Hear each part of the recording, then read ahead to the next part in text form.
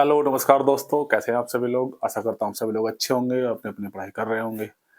जैसा कि आप लोगों को मालूम है, हमने चला रखा है क्या रिवीजन, ठीक है? कुछ एग्ज़ाम अभी आ रखे हैं, चल भी रहे हैं ड्राइवर के और कुछ एग्ज़ाम 18 तारीख से स्टार्ट है दिल्ली पुलिस कांस्टेबल के और हेड कांस्टेबल, उसके बाद डब्ल्यूटीपीओ। तो उन सभी को देखते हुए हमने क्या आपके लिए रिवीजन क्लासेस रखी हैं, जो कि चल रहे हैं धीरे-धीरे, ठीक है? लेकिन आप लोगों को मैं इतना विश्वास दिला सकता हूँ कि अगर आप इनका रिवीजन करके जाएँगे, जिस सब्जेक्ट का, जिस टॉपिक को मैं रिवीजन करा रहा हूँ, किसी भी सब्जेक्ट का, ठीक है? चाहे पॉलिटी है, चाहे हिस्ट्री है, चाहे फिज़िक्स है, चाहे बायोलॉजी है, जितना मैंने रिवीजन कराया है, उस टॉपिक के अंतर्गत उससे बाहर कुछ नहीं आएगा, ठीक है? कोशिश यही करूँगा कि कंप्लीट जब तक एग्ज़ाम हो, इन 7-8 दिनों में मैं कंप्लीट का कंप्लीट पूरा का पूरा करा दूँ, हर सब्जेक्ट को। बाकी दोस्तों देखो हाथ से लिखना पड़ता है, चीज़ें देखनी पड़ती हैं, थोड़ा-सा टाइम लग जाता है इसलिए। तो इसलिए थोड़ी वीडियो कल और परसों कुछ प्रॉब्लम भी थी, थोड़ी-सी मैं इसलिए डाल नहीं पाया।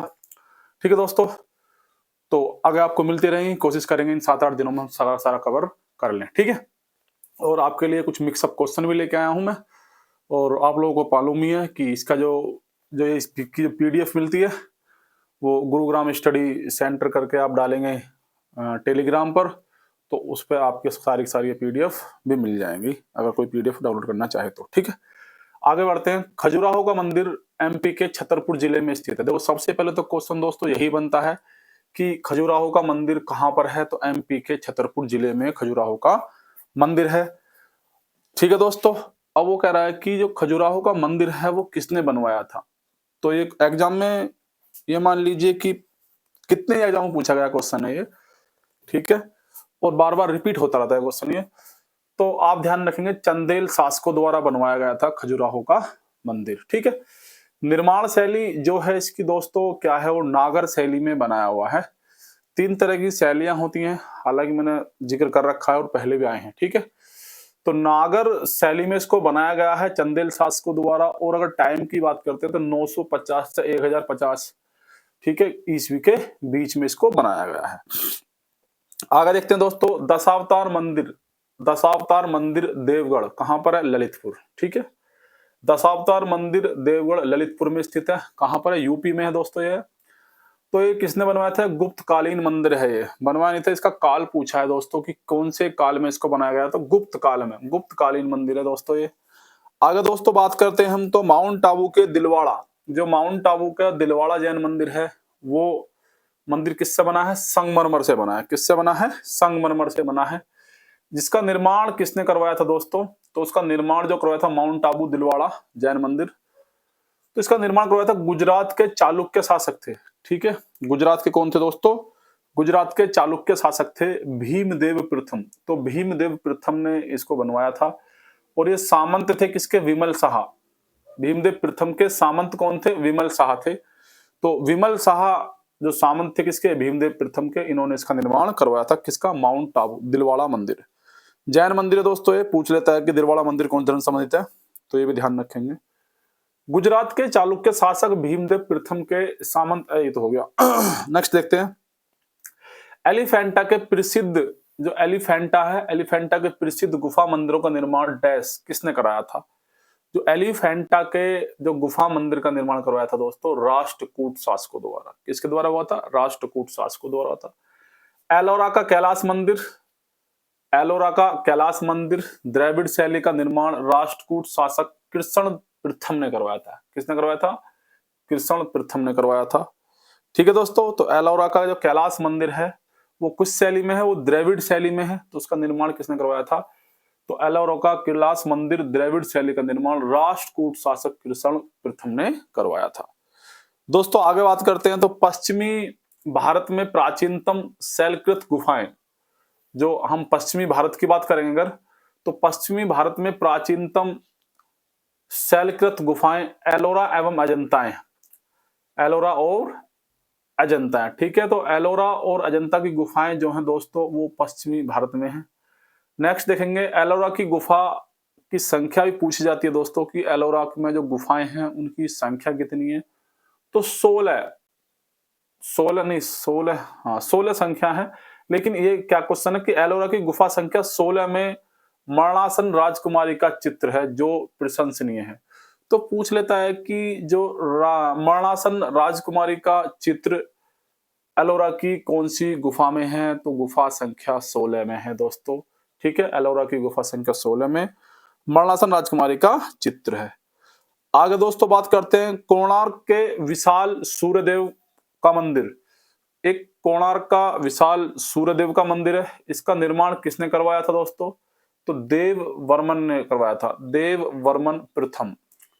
तो किसने करवाया था दोस्तों? देव वर्मन प्रथम ने करवाया था। किसका? कोणार्क के विशाल सूर्यदेव मंदिर का निर्माण। देखो दोस्तों, सूर्यदेव का जो मंदिर है इसको काला पैगोड़ा भी कहा जाता है। क्या कहा जाता है?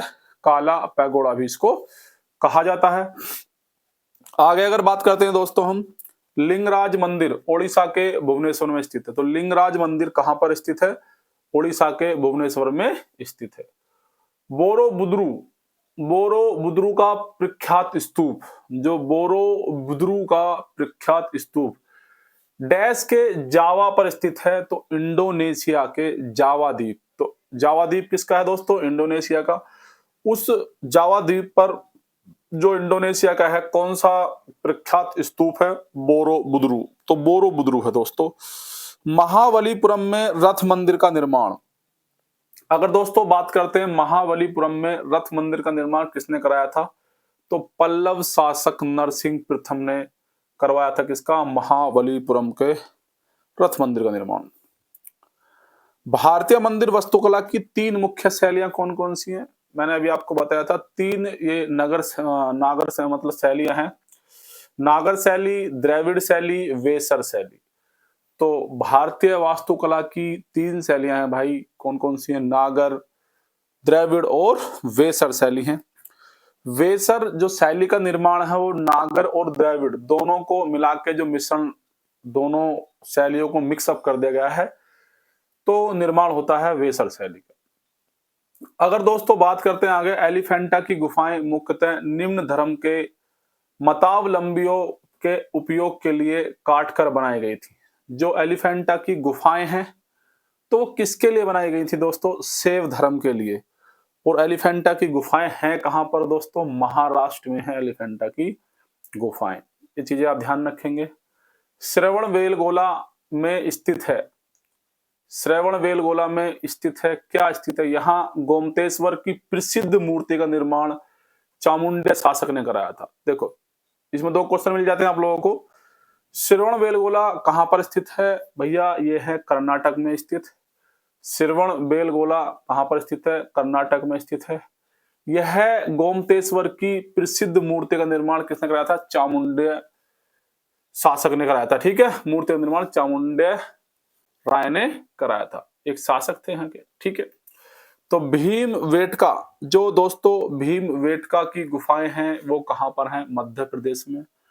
एक सौर टेम्पल है दोस्तों, वो तमिलनाडु में है। सौर टेम्पल कहां पर दोस्तों? तमिलनाडु। हम्पी, हम्पी कहां पर दोस्तों? कर्नाटक में है।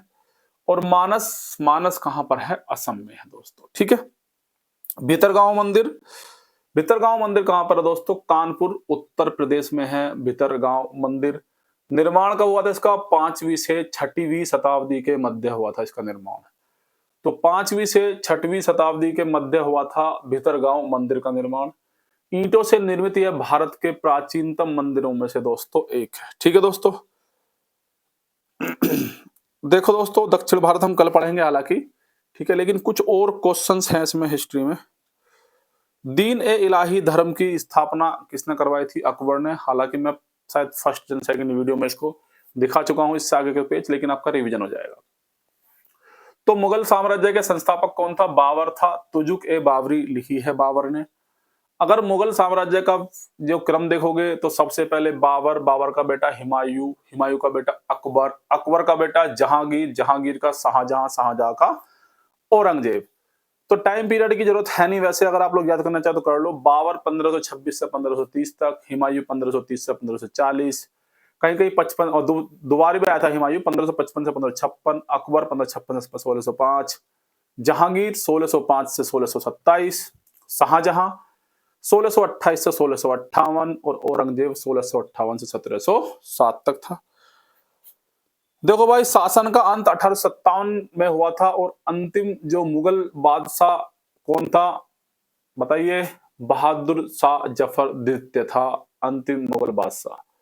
अकबर ने इलाहाबाद शहर की स्थापना की, मनसबदारी प्रणाली शुरू की, पानीपत का सेकंड युद्ध हैमू को पराजित किया। तो अगर आपसे पूछता है कि पानीपत का द्वितीय युद्ध किस किस के बीच हुआ था, अकबर और हैमू के बीच हुआ था दोस्तों। फतेहपुर सीकरी में इबादत खाना बनवाया इसने, सुलह कुल की नीति का इसने पालन किया था। पूछ लेता है कि अकबर ने अपने शासनकाल में किस नीति का प्रयोग किया था, सुलह एक कुल का पालन किया था। शाहजहां ने दिल्ली में लाल किला बनवाया, आगरा में ताजमहल, आगरा में ही मोती मस्जिद। देखो दोस्तों, ये आगरा में जो मोती मस्जिद बनवाई है वो शाहजहां ने बनवाई है, लेकिन दिल्ली में मोती मस्जिद औरंगजेब ने बनवाई थी। ठीक है। दिल्ली में जामा मस्जिद किसने बनवाई है भैया? शाहजहां ने बनवाई। जहांगीर ने क्या बनवाया है? लाहौर पाकिस्तान में बेगम शाही मस्जिद का निर्माण करवाया है। ठीक है दोस्तों। मुगल शासकों के वंशों के वंशज अगर बात करता हूं तो इनकी जो माता थी वो मध्य एशिया से एक मंगोल शासक था चंगेज खान, उसके परिवार से थी। और जो इनके पिता थे वो इराक, ईरान और आधुनिक तुर्की के शासक तैमूर के उत्तराधिकारी थे। देखो दोस्तों, नेक्स्ट है, किस वेद में रोगों का उपचार मिलता है? अथर्ववेद में रोगों का उपचार मिलता है। और अथर्ववेद में मंत्र, प्रार्थनाएं, तंत्र, ऋषि के दो समूह से बना है ये भैया। अथर्वन और अगीरसन की जादू की पुस्तक से बना है। इसे ब्रह्म देव के नाम से भी जाना जाता है। तो किसे ब्रह्म देव के नाम से जाना जाता है? तो अथर्ववेद को ब्रह्म देव के नाम से जाना जाता है। महत्वपूर्ण ब्राह्मण कौन कौन से हैं? गोपत ब्राह्मण और मुंडन ब्राह्मण। भारत में शक शासक 130 से 150 ईस्वी तक थे। और कौन था भाई? रुद्रदामन। शक शासक खानाबदोश लोगों का एक समूह था। दूसरी शताब्दी ईसा पूर्व से चौथी शताब्दी ईसा पूर्व तक ये रहे हैं। मध्य एशिया से भारत के विभिन्न हिस्सों में चले गए थे भाई ये।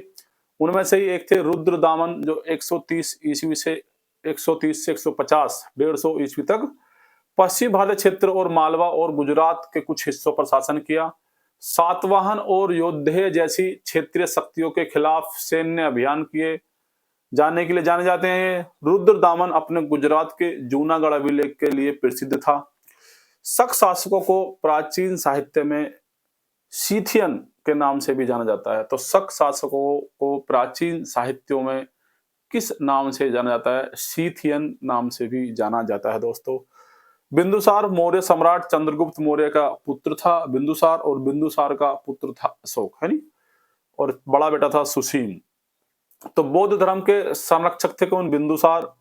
एक पांडुक कुषाण राजा थे ये। उत्तरी भारत, मध्य एशिया, चीन के कुछ हिस्सों पर शासन किया था इन्होंने। बौद्ध धर्म का इन्होंने भी संरक्षण किया था। गांधार कला का प्रसार इसके समय में हुआ। ठीक है। और गांधार कला शैली भारतीय और ग्रीक दोनों का मिक्सअप है। कलात्मक शैलियों का मिश्रण है। गुप्त द्वितीयों के नौरत्नों में से एक थे। चंद्रगुप्त जो द्वितीय के नौरत्नों में से एक कौन थे? हालांकि इसका क्वेश्चन था वराहमिहिर, लेकिन मैंने यहाँ 9 के 9 लिख दिए हैं। और वराहमिहिर जो थे वो खगोल शास्त्री भी थे।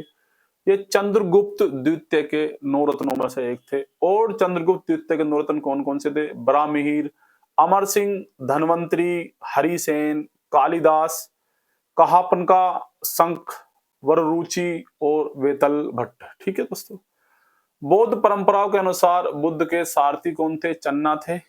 उनके घोड़े को क्या कहा गया है? कंथक। सिद्धार्थ को अनोमा नदी तक ले गए थे। सिद्धार्थ किसका नाम था? गौतम बुद्ध का बचपन का नाम था सिद्धार्थ। चुंडा एक लोहार था, सॉरी लाहौर नहीं, लोहार था। चुंडा कौन था? एक लोहार था जिसने बुद्ध को उनकी मृत्यु से पहले अंतिम भोजन दिया था। हड़प्पा के किस स्थल से घोड़े के निशान मिले हैं? सूरकोटदा, गुजरात के कच्छ जिले के रायपुर तालुक में क्या मिले हैं दोस्तों? घोड़े के निशान मिले हैं सूरकोटदा।